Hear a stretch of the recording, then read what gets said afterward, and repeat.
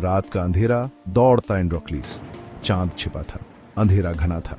एंड्रोक्लीस दौड़ा जा रहा था। उसके पैरों में हथक डडियां नहीं थीं, पर डर उन्हें जकड़े हुए था। पीछे सिपाही थे, उनकी आवाजें गूंज रही थीं, सांस फूल रही थी, पर रुकना मौत थी। एंड्रोक्लीस को भागना ही था।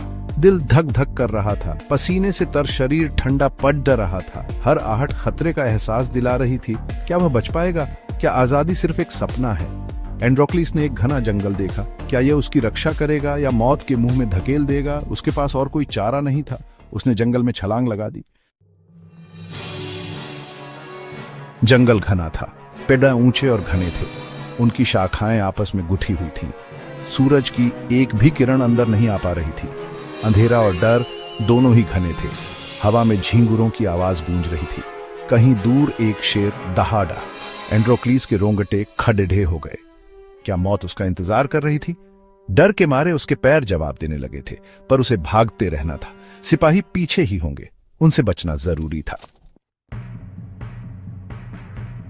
जंगल में रास्ता भटकना आसान था। हर तरफ पेड़ ही पेड़ थे, उनकी जड़ें जमीन से बाहर निकली हुई थीं। कहीं कांटेदार झाड़ियां थीं। एंड्रोक्लीस ठोकर खाता हुआ आगे बढ़ा रहा था। उसके कपड़े फट गए थे, बदन पर खरोंच आ गए थे, पर उसे दर्द का एहसास नहीं हो रहा था। डर दर्द से भी बढ़ रहा था। क्या यहाँ कोई जानवर छिपा है? क्या यहाँ कोई और खतरा है? एंड्रोक्लीस को समझ नहीं आ रहा था। उसे बस भागते रहना था। अचानक उसे एक गुफा दिखाई दी।